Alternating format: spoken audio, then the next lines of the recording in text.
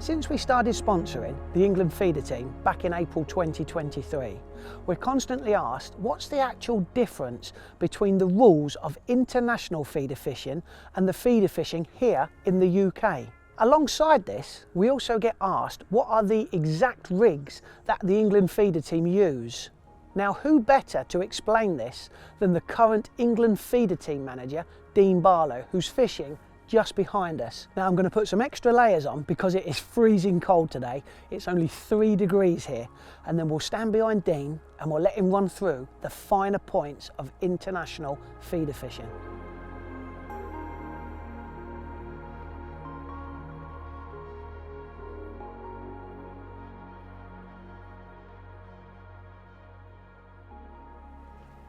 Good morning, Dean. How's it going? Morning, Steve. You okay? Perfect timing, it looks like. Yeah, we're at Boddington Reservoir, which is obviously synonymous with huge weights of carp in the summer and some brilliant carp fishing in the winter. But it looks like I've just hooked into something that I've been after, which is a roach.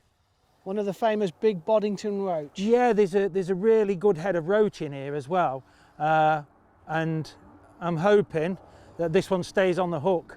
It's been such a slow start with all the with the weather. It's been very, very misty, and there it is. Cracking fish. That is absolute. That certainly warms you up on a day like this. Absolute beauty it is, mate. Great first fish, that. Yeah.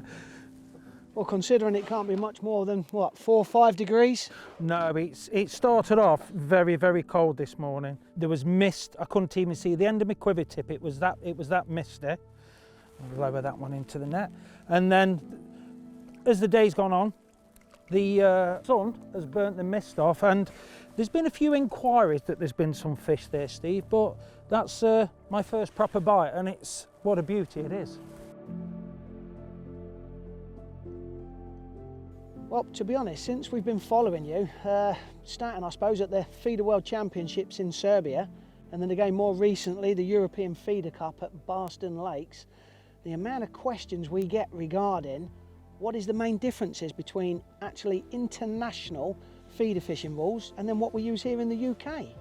The main difference is, Steve, is that you have to use a free running rig and a minimum hook length that is 50 centimetres in length. They're the two biggest differences. We all know in this country that short hook lengths work, and even if we could use them abroad, they would work, but it's just that you're not allowed to use them. I think it's because it puts everybody on an even keel. A level playing field as A level playing field as such, yeah. So as you've just mentioned, the main differences really is 50 centimetre hook lengths, free running rigs. Yep. I'm guessing something similar to you're using today? Yeah, I'm using one today, but there is a couple of variations which I've got set up on 2 rods. So I'm going to wind this in. I'm going to show you one of them now. Perfect. So if you don't mind, Dean, just give us a quick run through about this rig you're using today. This rig is a bungee rig, Steve. It's got a length of 6 pound feeder gum. It's quite popular on the continent where you're targeting small fish with light lines and small hooks, but you've got the chance of hooking a big fish. So the gum acts as a shock absorber, just like elastic in a pole. Just above that, you've got your free sliding link, which stops any fish getting tethered. So I'm guessing this allows you to use much lighter terminal tackle than you normally would? Yes, definitely. This is a rig that if you're catching small fish, but you've got the chance of that quality fish that you don't want to lose. So, and then the other rod that you've got up, rig number 2, what have we got on that setup? This is more of a traditional kind of rig, Steve. This is one that we do use in England and we use on the continent. Again, a 2-inch free running link, but on this we've got 1 metre of fluorocarbon. The rules state that you are allowed a 1 metre minimum length shock leader. You can use one that goes up and down your rod, but the shortest length of leader is 1 metre. Attached to the bottom of that, we've just got one small piece of line. So if you're fishing for shy biting fish, again, there's no resistance at all. So the fish just pull that and then you get the exaggerated bite on the tip. So the short piece of line, I'm guessing that acts as a bit of a boom, keeping the hook length away from the feeder? Yeah, it does act as a bit of a boom. And with the 50 centimetre hook length, it has to hang directly below the feeder. So it's not 50 centimetre from the swivel, it's actually from the bottom of the feeder. So it's always important that your boom hangs below your feeder. And I just think it gives it a little bit more protection from the metalware that the feeder's attached to. So the boom on this rig that actually hangs off your leader, is this a stronger braking strain or is this the same as what the leader is? The leader, on this rig, the leader is a 6-pound fluorocarbon, and I've got an 8-pound fluorocarbon boom. And the reason for the stronger boom on this rig is why? I like to use a thicker piece of mono for the simple reason is it's a possibility that your line can get wrapped around your feeder, and also you don't know what kind of bottom you're fishing on. If you're fishing on rough ground, that can damage the most important part of your rig as well. So having that thicker piece of mono gives you the protection you need that your rig is fishing and you're sitting there with the ultimate confidence. Yeah, makes perfect sense, Dean, yeah. So you must have been on the international scene now, Dean, for what, 11 years is it? I was there at the very first World Championship, Steve, and you wouldn't believe how feeder fishing has changed in all those years. It was very basic and very raw back in the day, and today, just like any other kind of fishing, the more that people do, the more technical it gets. So the tactics evolved through time, and I'm guessing... Yeah, rigs, I mean, as we've mentioned, free running rigs. First of all, it started off with different kinds of links. There's so many on the market now. Me personally, I like the braided link. I feel like it gives me a bit more versatility. It's a little bit more sensitive as well.